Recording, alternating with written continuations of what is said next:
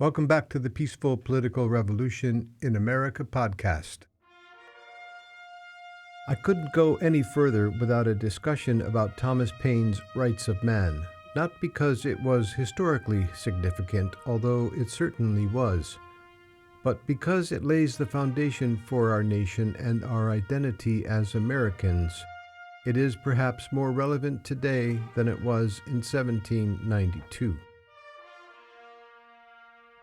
I began this season with a discussion about American sovereigns for a purpose. We need to begin to think of ourselves as the rightful and legal owners of our government.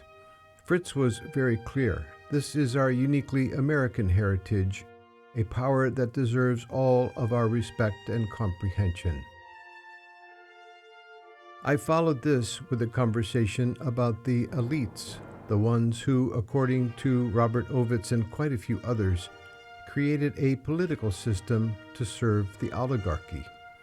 The sovereigns and the elites have been here right from the beginning. We need to distinguish between those two groups in America, and we need to understand the very different roles they play and how they are enabled. Today, we the sovereigns play a minor role in decision-making for our nation compared to most modern democracies. We have limited ways of getting our message out. We have limited choices. On the other hand, the elites have all kinds of ways to express their concerns and to advocate for their interests. They write the historical narrative. They create and sell the consensus reality you and I live in. If they wanted to normalize climate-related disasters or mass shootings, they could. They are making plans for our future as well, and none of them have been elected to do so. We see this play out in numerous ways every day. We, the sovereigns, on the other hand, remain divided. We live in a manufactured reality because human beings are creative and industrious. It seems we, the sovereigns, have no other choice.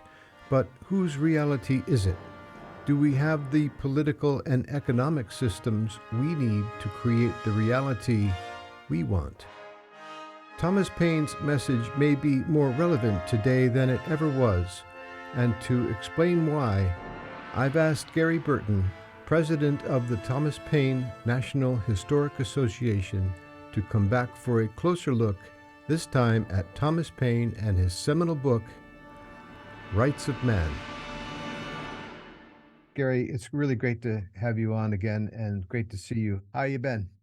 Fine, working hard on collected works of Thomas Paine that will be out in the spring of 2026. That's exciting news. And the Monument Project is making progress too. Yes, it is. We have some bipartisan support, and it's something that our association started in 1990, and they're picking up where we left off 20 years ago and reactivating it, and it's going to have more success now. Paine is better known now than he was back 30 years ago.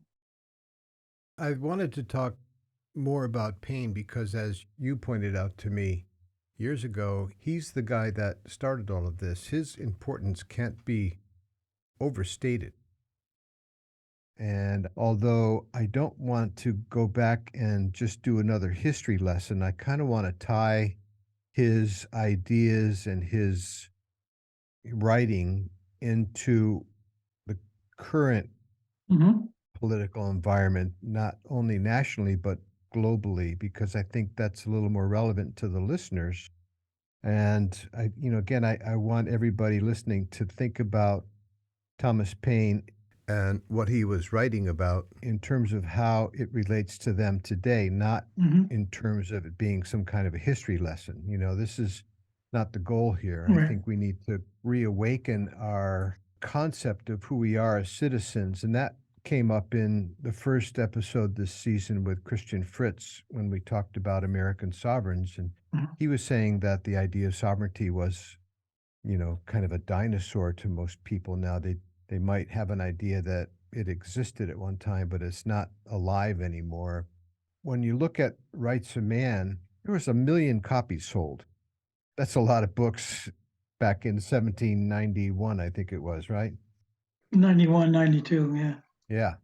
So, I mean, he came out with this book because of a publication that was put out by Edmund Burke in England regarding the English monarchy and the French Revolution. So maybe we can start there. Okay. Uh, Thomas Paine and Edmund Burke are exact opposites. And it's interesting because we've discovered that Paine and Burke actually worked and wrote together between 1760, early 60s, all the way to 1790, when he printed his book, Reflections on the Revolution in France. He was considered a Whig, meaning sort of limited monarchy, basic rights for citizens, et cetera, et cetera.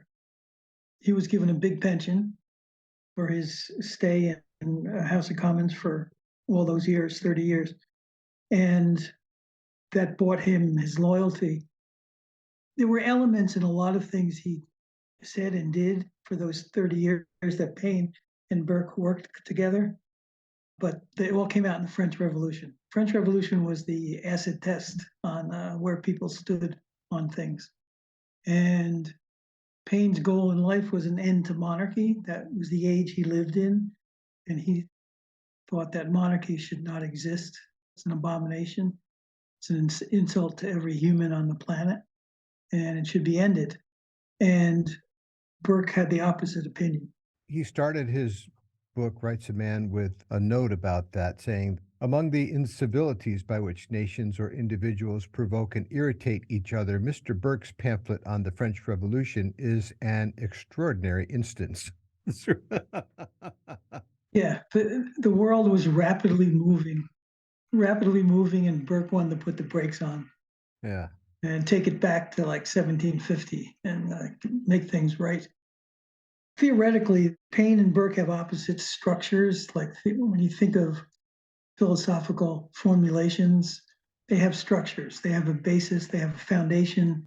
They have pillars that hold the whole logic up. And they have a roof, like a house, that protects all those elements. And every one of those factors were opposites for Paine and Burke. Paine based his foundation of everything that follows on equality. And from that stems justice. Burke has his foundation is order, like the fascist order. Everything's got its place and everything has an order. From there, we can go on and waste some time on that, but they were opposites.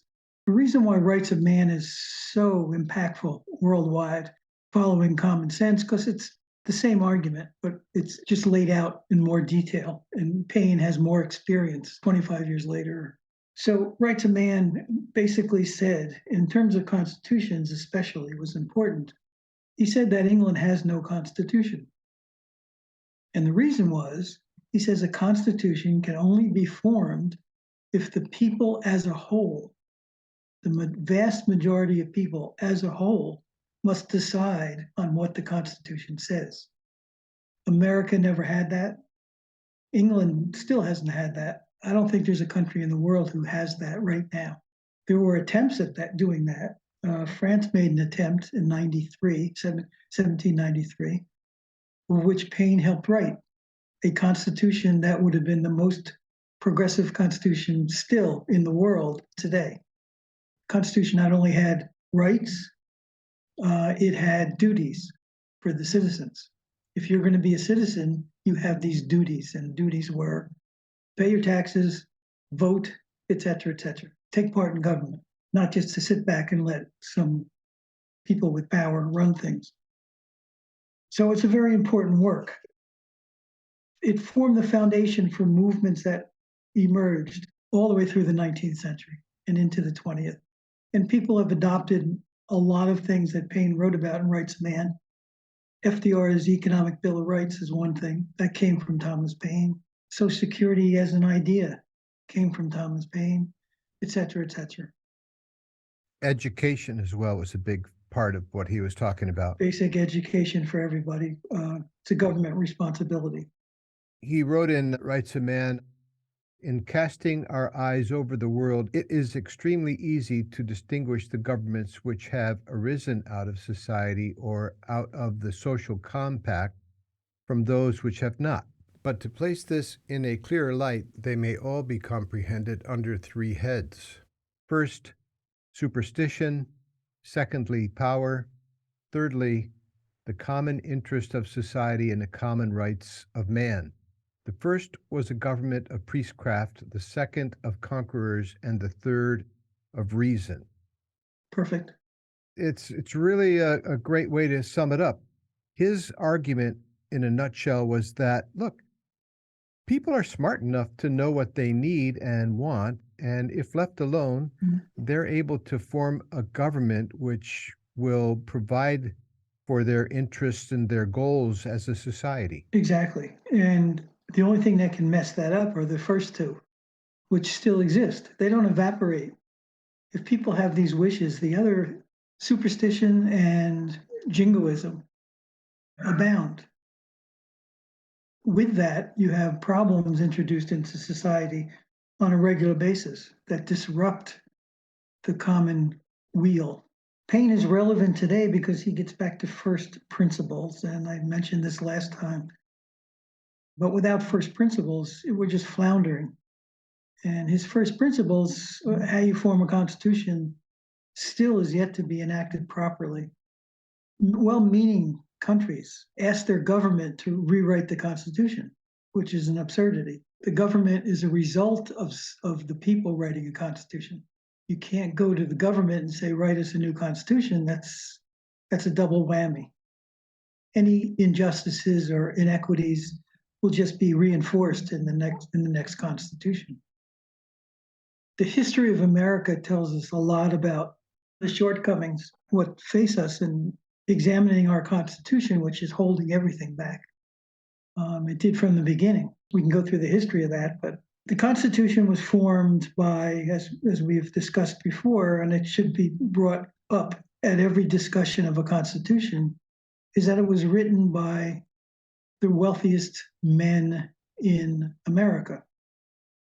90% of everybody sitting there making decisions were the oligarchs of America. And that was passed on as we the people. The person that wrote we the people in the first three words of the Constitution, the preamble, were written by a man named Gouverneur Morris, who was the most reactionary of all reactionaries in the Federalist Party. He called the people reptiles for thinking that they can take part in government. He was very wealthy, very arrogant, tried to have Paine killed in France when he was sent as an ambassador to France in the Revolution. Gouverneur Morris wrote those words, we the people. And it's repeated like reciting the Lord's Prayer in public schools when I was a kid. And I had no idea what I was saying. Everybody's walking around saying, well, it says we the people in the Constitution. Must be true. It wasn't we the people. It was the oligarchs of America wrote that. I really want to emphasize that people interested in this whole question and your whole series about constitutions and what we do about our situation. There's a new book from a Harvard professor called, his last name is Clarman. It's called The Framers' Coup. And he goes through in a very detailed, long, brilliant way of how the country was founded by the oligarchs. And second part of that is yet to be written, and that is the Federalist Papers. Everybody gets down on their knees and worships when they hear Federalist Papers. Well, the Federalist Papers were written by two groups of oligarchs, the New York and Boston Alliance and the Southern Plantation. They left Philadelphia out of the discussions in the Federalist Papers because there were too many Democrats there. And the Federalist Papers were written by the two most reactionary groups in America at the time. All this Madisonian democracy that people keep talking about is a result of slavery and a result of an elite running things. And that's what they set up. That's what Clarman demonstrates. And we've got to get rid of this disinformation that's keeping everybody back from thinking rationally and analyzing it objectively. What is this Constitution? Where did it come from? Who were these people who want an originalist approach to the Constitution, which is more than laughable? Less than 30% of the adults in the country could participate in government, could vote when they formed this country. Less than 30%. Obviously, no slaves, no people without property, even with property loosely defined. It's less than 30%. Yeah, and we call it a democracy. We went through this in the last two episodes with Christian Fritz on American Sovereigns. Right. It was a great book, and Great. he establishes that this principle, which, as you point out, was inserted into our preamble by Gouverneur Morris, we the people, became Mhm. the rallying cry of the revolution and the constitutional era of 1787. That ideal was embedded in all of the state constitutions. It was, Yeah.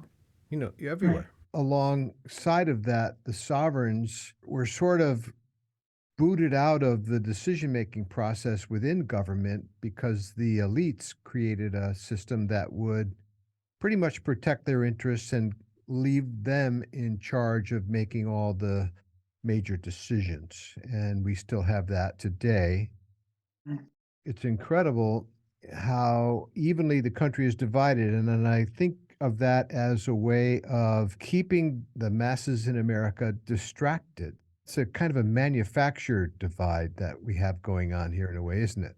Yeah, definitely. I don't know if it's intentional everywhere you look, but certainly I would say Fox and MSNBC and CNN, the main media outlets, have become external wings of the two main political parties in this country. No wonder Americans feel divided. It's a constant barrage of Mm. mixed messages. But I wouldn't minimize the dangerous aspects of what those groups have in them. Particularly the world, there's a worldwide phenomena right now that are reinforcing each other is the fascist movement. It's a real thing. It's not just an epithet you throw out at somebody, you're a fascist.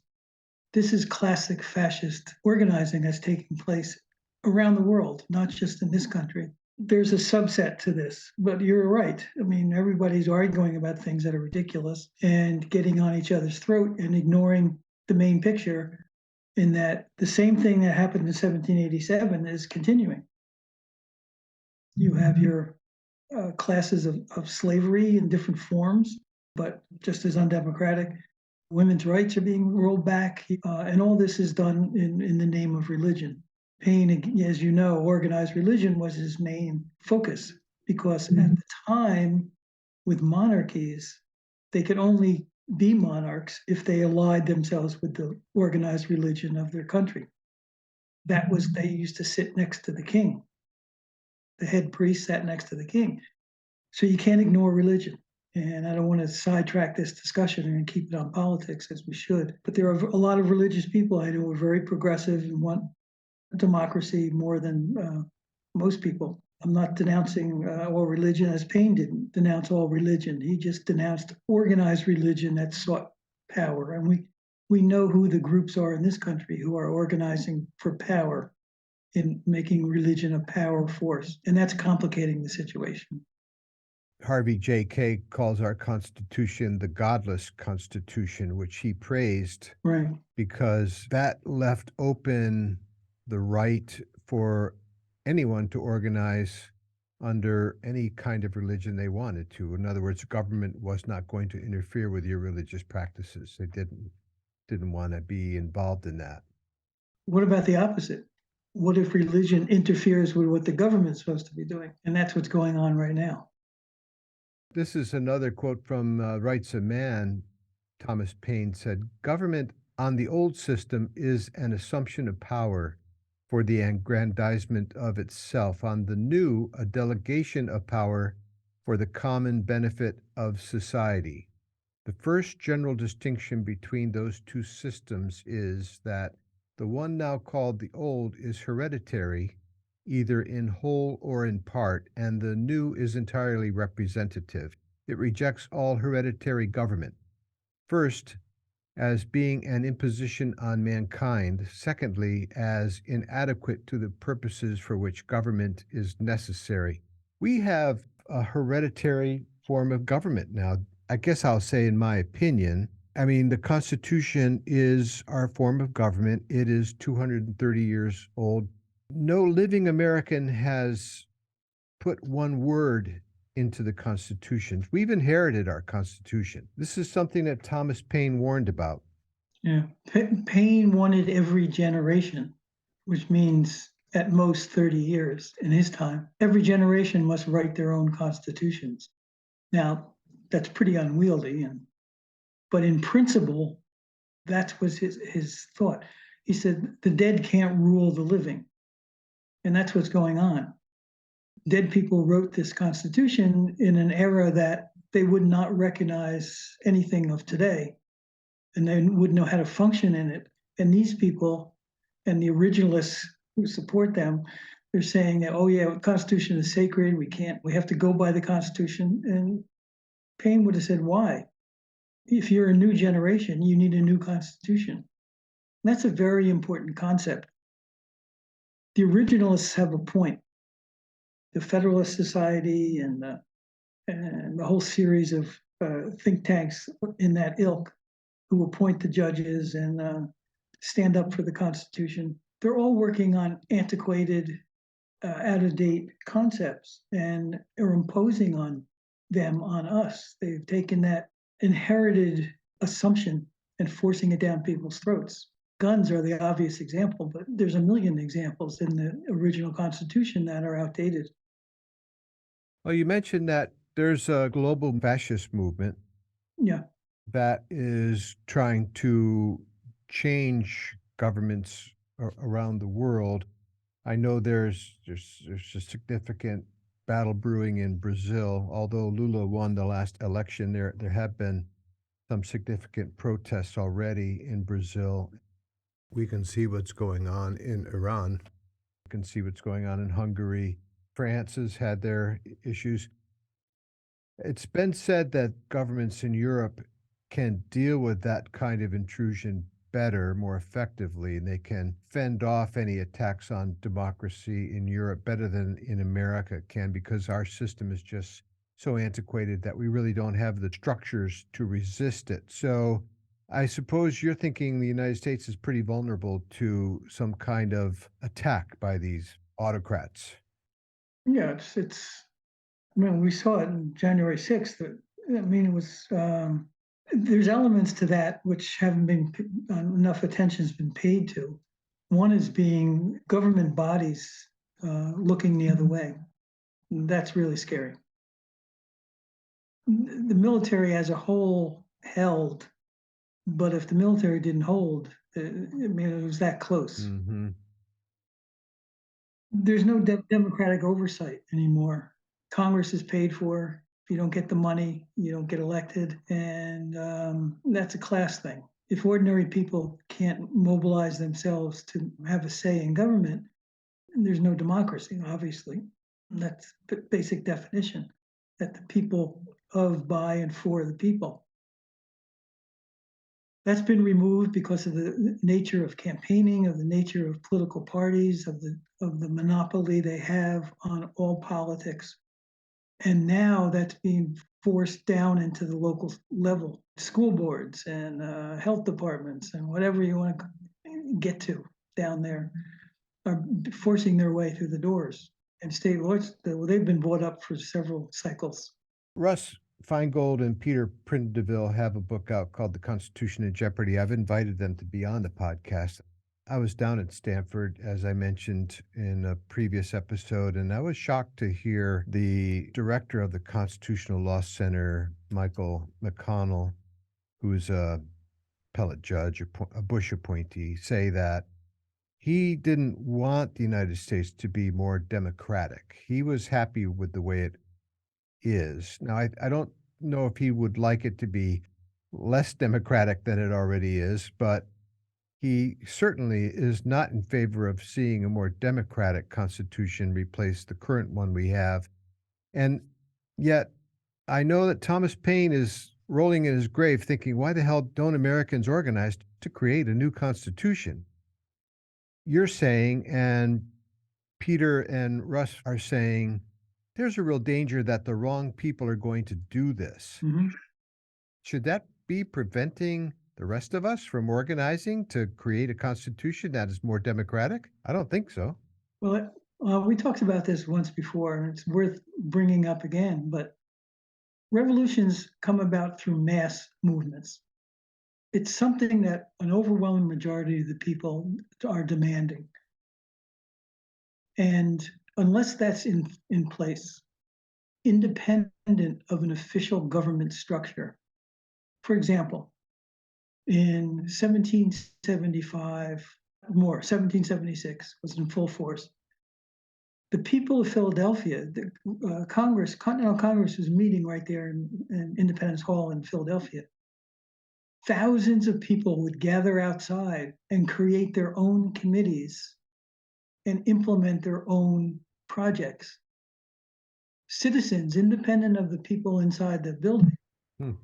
would organize committees to oversee hoarding because there was a hoarding problem. Merchants were holding their goods on their ships without unloading them to drive the price up first. Hmm.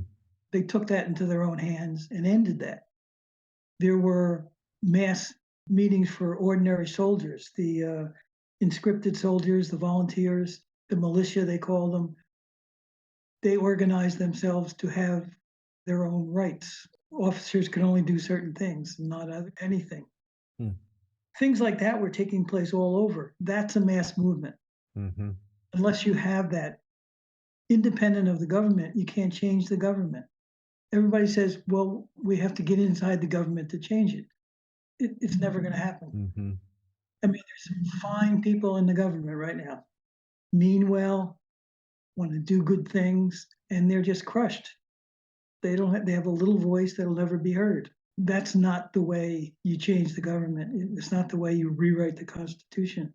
You can't sit back and wait for the government to say, okay, let's find a way to write a Constitution. It's got to be a mass people driven movement. And that doesn't exist. What we have in its place, like you accurately said, is half the people fighting the other half. Yeah.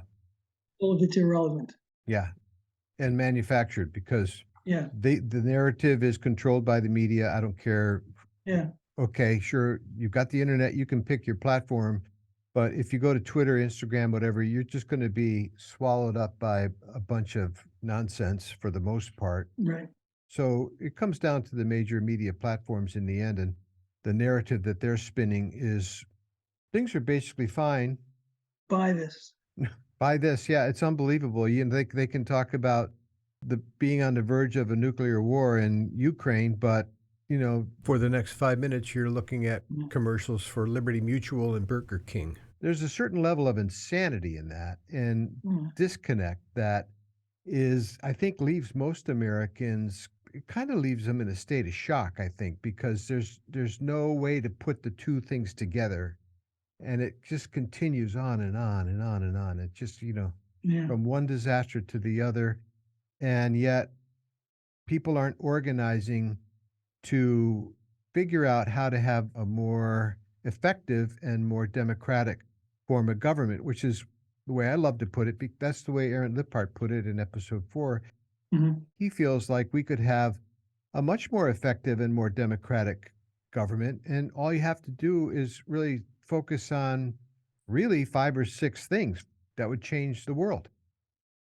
You mentioned how when Thomas Paine National Historic Association was founded, I believe you said it was through a political act, Right. and that at the time it represented a constituency of several different movements around the country. And this is what I'm feeling we need today. In order to get to the Constitution that we want, Right. we have to bring together a movement of people who are basically like-minded. Everything involved in change comes from education. Education. Yeah. Paine educated the Americans when he wrote Common Sense. He says, look, here's the basics. We've got a king. King is an absurdity. This is why. And for the first time, massively number of people in America So sat around and started talking about, why do we have a king? It's education. Why do we have the constitution we have? It's time to get a constitution that we all can support. We have to overcome this idea that constitution is sacred. It's not sacred. It's a working document that has to be changed. That was Paine's message, and that's the most important message he left us. And it's been ignored. And from left to right now in the country, everybody is verbalizing things like, well, the Constitution says this and the Constitution says that. We have to support the Constitution. The other side's not supporting the Constitution. It's all irrelevant. The Constitution is obsolete. As long as that exists, we're going to be hamstrung. George Van Cleve came right out and said that the United States really doesn't have a government right now. It doesn't function. Mm. We don't have a government. We have We have a big banker that's in charge of things. Yeah, Elon Musk is in charge of the public media now.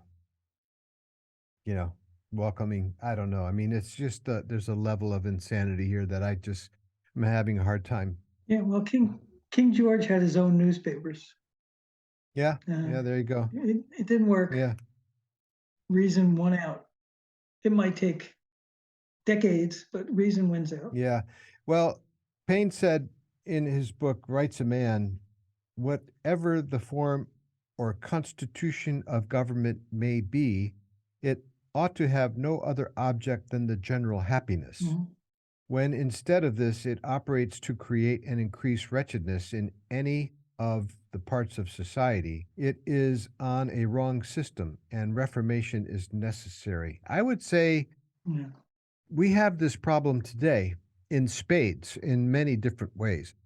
We've had 4 very significant mass killings over the weekend. Mhm. It's incredible that we normalize this stuff and think Americans can't do better.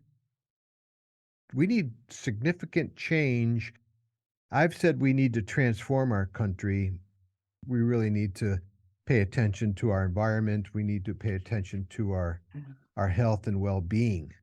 I think that the majority of the population of the world is living hand to mouth, which means there's very little luxuries.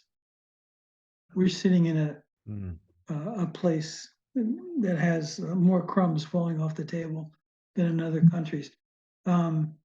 The big factor, though, that you brought up is the main thing, is that 10, 20 years from now, it's going to seem silly to talk about anything except climate change. They started fascist movements because people had to flee as refugees from other countries. A lot of it caused, especially in Central America, a lot of it is caused by climate change. What happens when this is magnitudes worse than it is now? Mm-hmm. And 4 billion people have to be moved away from the coastline. 4 billion. Yeah, we just passed the 8 billion mark last week. So half the population of the world has to move. And how is that going to be done? Yeah. Is it going to be done in a democratic way or a fascist way? I don't think there's a middle way. Mm-hmm. Mm-hmm. So if you can't stop climate change, that's what's dictating the steps that we take. And at my age, I'm going to miss most of the fun. But when everything hits the fan at once, mass migration has to begin. Wars will be inevitable unless the people have control of that situation with democratic ideals to carry on what has to be done. Mm-hmm. You're heading for a major disaster, not just physical annihilation, but moral and everything else. Education is going to go by the window. I'm afraid of that. I live in the Bay Area, and it's, over the last 10 years, it's become a much less enjoyable place to live in many respects. It's still right. Beautiful nature and all that, but honestly, I mean, the Bay Area ought to be abandoned and given back to nature. It was one of the most densely populated ecosystems in the world, I understand, with all the wildlife that was here. And that seems like a significant loss. I don't know if it's so important for everybody to live around San Francisco Bay, but it's really important to have that wildlife and our ecosystems restored globally if we're going to survive the next 100 years. And that's part of the transformation that I don't see is possible to have with the current political system. Mm. We're already looking at what happened with the last elections, and we're looking ahead now to 2024. The prognosis isn't great. Thomas Paine also said, it is now towards the middle of February. Thomas Paine was a little bit of a poet. I love the way he wrote because he had a sense of humor and a sense of beauty too. He was really Yeah, quite a remarkable writer. great poet. Yeah, he really was. He said, it is now towards the middle of February. Were I to take a turn into the country, the trees would present a leafless, wintry appearance. Yet people might by chance observe that a single bud on a twig had begun to swell. I should reason very unnaturally to suppose this was the only bud in England which had this appearance. It is, however, not difficult to perceive that spring has begun. I love the way he says that because it reminded me of the book Germinal by Emile Zola. It was about a seed of revolution that the workers were rising up and were going to overcome the masters that they were enslaved to. And this was in northern France in the coal mining regions that he was talking about. Gerard Depardieu is they did a movie about that called Germinal. It's pretty good. It's great. This goes back to the idea that we need to create a movement in the United States to democratize our Constitution. This is something that the people have to grapple with. We have to figure out how we're going to organize. George Van Cleve presented a roadmap towards constitutional convention. I think it's a realistic proposal. It seems like with today's communications technology, we should be able to do that much more easily, certainly than our parents were able to do and our forefathers. I mean, forget about it. I mean, it's hard to organize 4 million people in 1787 around an idea about the Constitution, but they did it even then. So what's holding us back? Why aren't we organizing to create a more democratic and more effective Constitution? Well, everybody's got an opinion, so I'll give you mine. I think we take an issue like climate change, Mm-hmm. which younger generations have embraced that needs addressing. Mm-hmm. Start with that. Extinction Rebellion was a good start. Didn't get off the ground. I don't know why. But a type of organization like that, which is loosely affiliated, but just hand out information and suggestions of how to hold meetings and just let it spread on its own. If it's not organic, if it's not natural, if it's not spontaneous, all the planning in the world isn't going to go anywhere. Yeah. I mean, in revolutions, when an event happened, nobody planned certain events, and all of a sudden it became the lightning rod that everybody got on board. And we don't know what that's going to be. Mm-hmm. But if you start spreading a type of organization that no one really has a major objection to, like climate change, I mean, there's a few morons that deny it exists at this point. But if you talk about that, you're going to mobilize a younger generation, and you're going to introduce some education into the population that they can't get. Talk about why we have a non-functional constitution. So we can't change what's happening with climate change. And we talk about who owns what in the country and why we can't do anything because we don't own anything. Mm-hmm. That might work, but it takes better minds than mine to get that started, and younger minds. Yeah.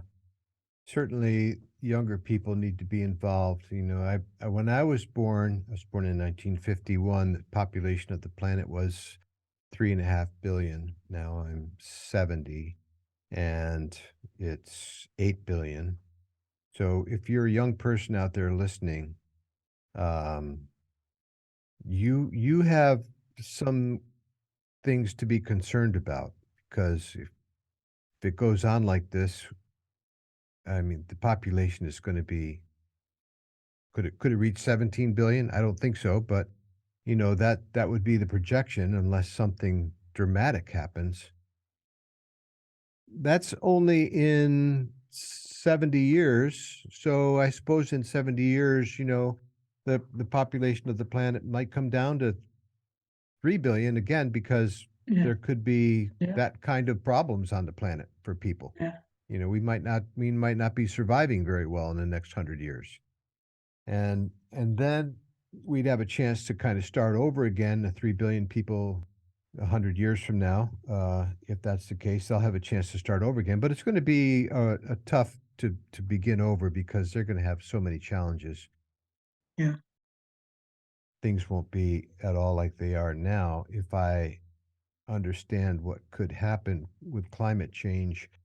So, again, the idea is to organize now to simply create a constitution that's more democratic and more effective, so that the majority of people are represented, and that their views, their interests are protected by the government that they establish, not the one that our ancestors had established and we have inherited, right? So, I mean, you and I understand that. Everybody on the podcast that I've spoken to so far completely gets it. Yeah. Not a mystery. Yet Russ Feingold and Peter Prindiville would like to see some kind of an amendment process evolve, so that we can, in fact, gradually and carefully address the failings of our current political system. They have some interesting ideas in terms of reform, but I'm not sure it's enough. First of all, I really think the central issue is that the Constitution was not designed to be a democratic form of government, Mhm. and it's been parading as one since it was created. We can see by the results that it really isn't. So why would we want to amend it? I personally feel like we just need to start fresh with one that has a unicameral legislature, excludes lobbyists and money. I could go down the list. We've been down it a few times. So is it your sense that our current constitution just needs to be revised a little bit, or do you feel like it's time for a completely new charter? A lot of it is really obsolete. I mean, to make amendments, it'll be more direct and honest, just to rewrite it. Hmm.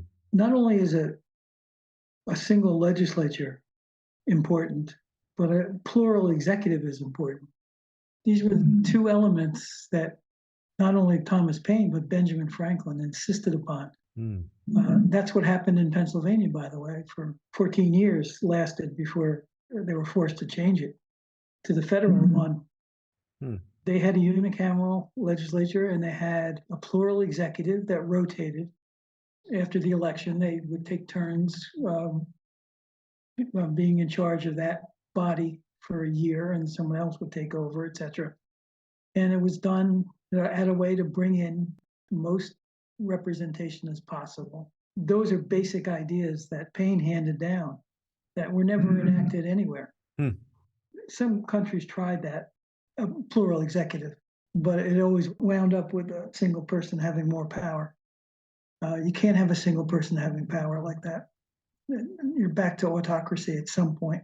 Right. And even if it's just the form of it and it's not an actuality, you saw what happened and Trump lost last time. He was a few heartbeats away from being an autocrat. And it's because there was a single executive. There shouldn't be. Should be a panel. I see. There should be Yeah. 3 or 5 or whatever number we come up with Hmm. to take turns signing off on the bills and whatever they do. But again, I'm afraid that the time involved to rewrite something like this is a luxury, and we don't have that much time. We need to concentrate on creating a more of a mass movement to take up these issues, and then things will fall into place. But without that, you can have all the great ideas in the world. All our great ideas that we're talking about here aren't going to go very far. Yeah, I agree with that. I have another quote from Rights of Man that I found interesting. Thomas Paine wrote, "If any generation of men ever possessed the right of dictating the mode by which the world should be governed forever, it was the first generation that existed. And if that generation did it not, no succeeding generation can show any authority for doing it, nor can set any up. The illuminating and divine principle of the equal rights of man, for it has its origin from the Maker of man, relates not only to the living individuals, but to generations of men succeeding each other." So Paine is basically saying here again, government is for the living, by the living, and the living have an obligation to constantly be vigilant about their form of government, not just the daily politics and what goes on in decision making and all that, but how the actual structures of government are working. For sure. Yeah. Yeah, that's like should be crystal clear to everybody who has been listening to the podcast. This is the fundamental democratic right that we all possess in a democracy.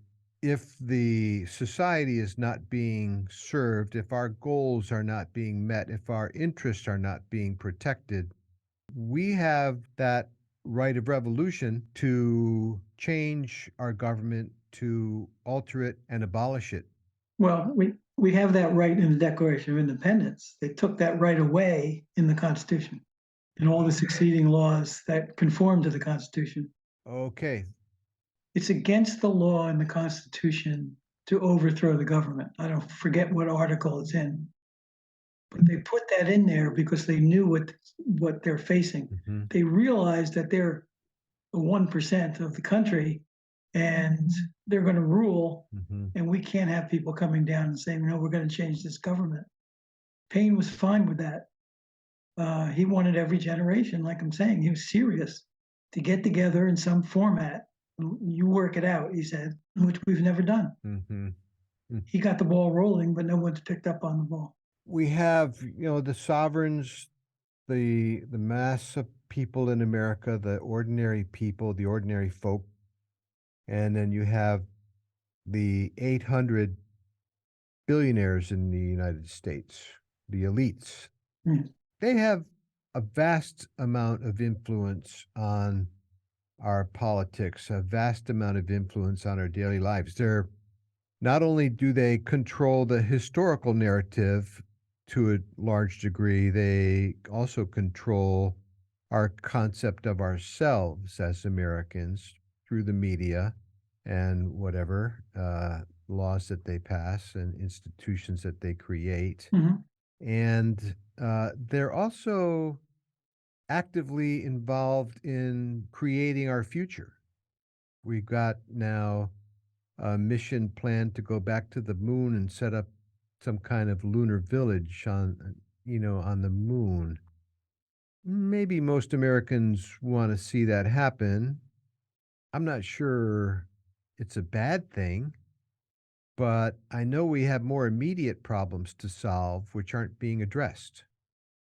Climate change is the big one for me, education, healthcare, affordable housing, green energy, habitat restoration, water. Water would be a good thing to be thinking about. What we're projecting our power in a way as a nation. And I think maybe there is something about that, as a nation that can go to the moon and set up a village on the moon sometime in the near future says something about the United States that the rest of the world is going to admire, and therefore they're going to try to become maybe more democratic. Because we're a successful superpower, a successful capitalist nation. Is that what we're trying to achieve? Or are we trying to achieve a world that has societies that are based on justice and equality? That's a whole different reality to create. Has nothing to do with going to the moon. Yeah, right. No, I think the rise of autocrat powers like China, Russia, not so much, they see that you can't maintain wealth of an elite with all these people unless you have an autocratic system. I mean, that's what they're preaching to the world.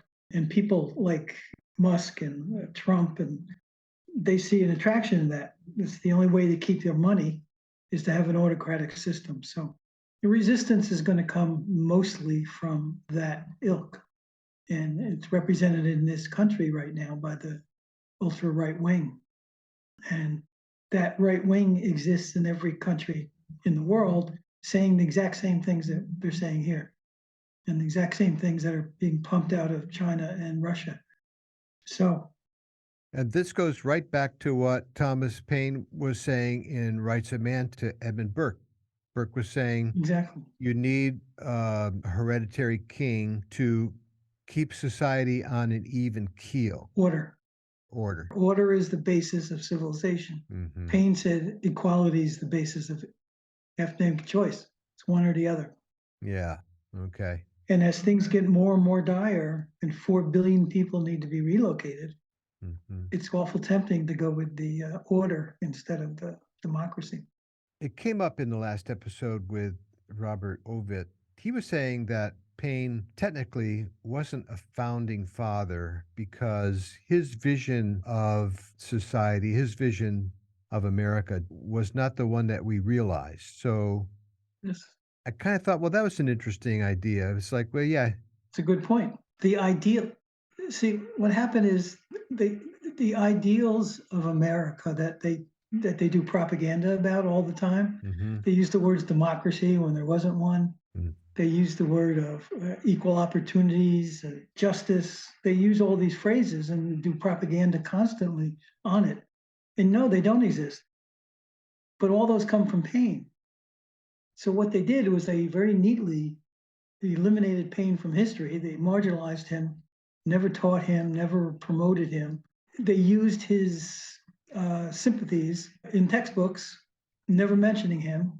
And they attributed these to people who were slave owners and people who were committing genocide on a consistent basis throughout the country. Um, so, yeah, he's